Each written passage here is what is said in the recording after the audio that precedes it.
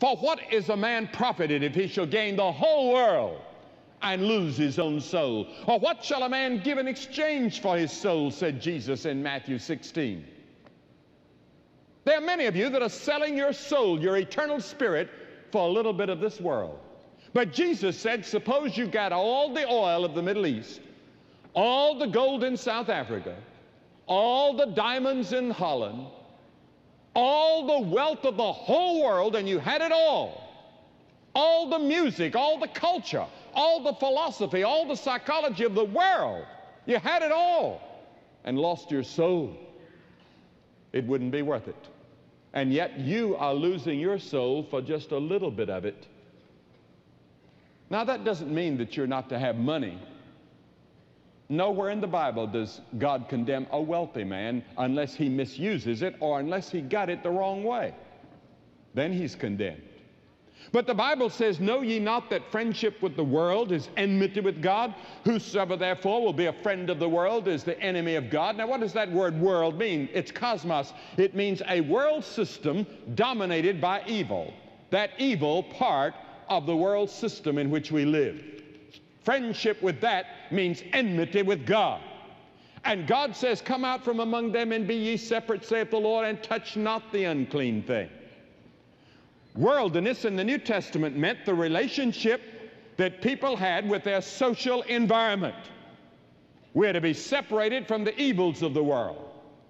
Now perhaps you saw those huge pictures on television a few months ago of some 40 whales who for some unknown biological reason beached themselves and died. They left their living environment for one of death and died.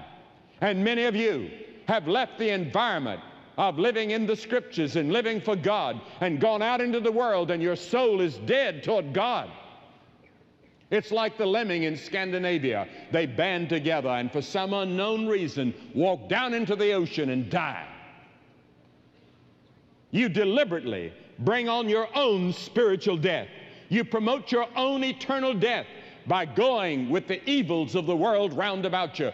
And the world round about you squeezes you into its mold, and it becomes a hindrance to you coming to Jesus Christ, because the Bible says you're going to have to give up the wrong things that are in the world, the lust and the greed and the hate and the prejudice and the materialism part of the world that's wrong. You have to turn from when you come to Christ. And that's the reason it's so hard to follow Christ in the modern day. It's not easy to be a Christian. I'm not going to fool you.